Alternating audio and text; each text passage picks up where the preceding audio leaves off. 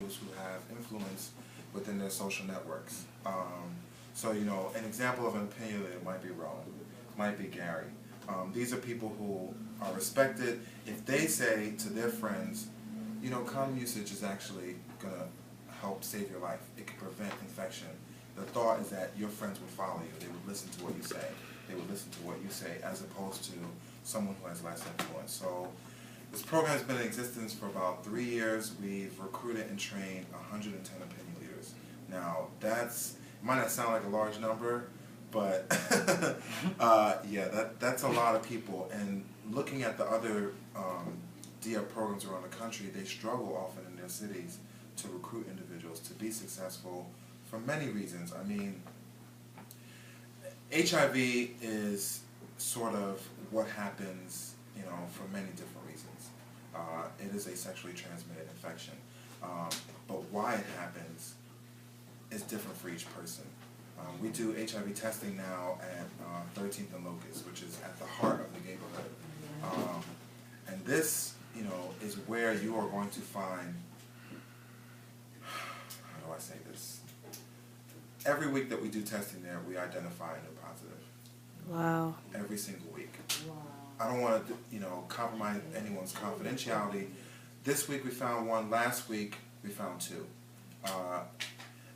What complicates it is that sometimes you have people who know their status already that may get tested anyway to get a gift card.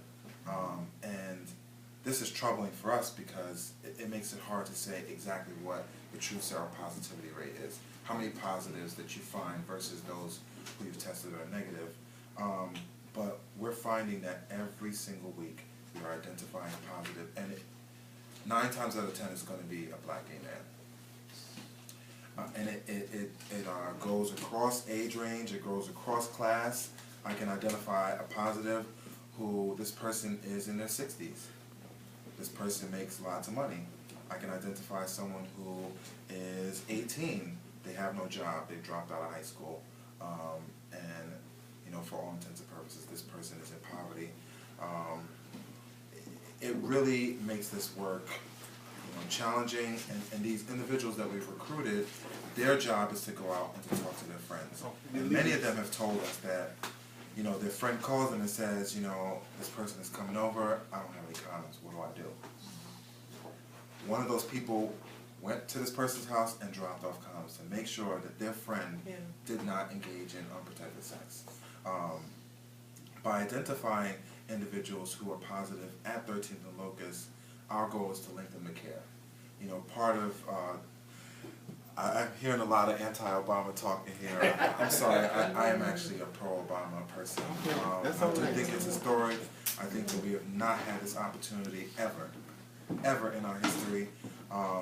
People in other countries are looking at our country right now as an example, as how someone who, you know, had a very unlikely chance of being president is president, whether, you know, for better or for worse. I think that his national HIV and AIDS strategy has made our fight smarter.